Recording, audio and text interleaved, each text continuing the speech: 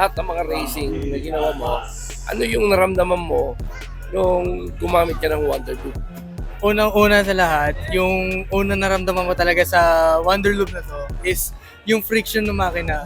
Nag-smoothen compare Yes. sa langis lang. Oo. Nung nag-apply kami ng Wonder Loop, talagang nag-improve yung quality ng takbo. Mas lalo yung power. Oo. Yung response ng throttle, sobrang responsive bigla. Tapos yung vibration ng makina talagang Tumiling na tumiling, ano? So, ano pa yung mga naramdaman mo na pagbabago ng makina?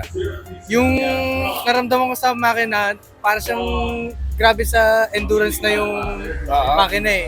Kayang-kaya niya talagang magtagal sa loob. Yun nga po, sinabi niyo sa loob ng 8 laps. Hindi ko nga rin po nalamdam, patapos na yung racing, pero di man lang nag-iba yung pakiramdam ng makina Oo nga, at obviously, napansin natin, yung makina mo, stable pa rin. Kahit na umabot ka na ng 15 laps, normal pa rin yung temperature. 20 minutes dito, dire-diretso, walang tigil, high grabe. revving. So, ano mga mensahe mo para sa mga nanonood ngayon?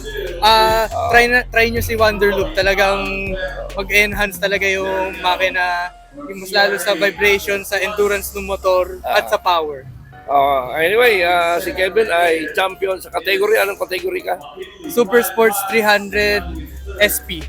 Super Sport 300 SP, no? Ito yung category na nag-champion ka. Okay. Alright, ito. Isang thumbs ka dyan, thumbs up. Isang thumbs up. Wonder Loop. Wonder Loop. Okay.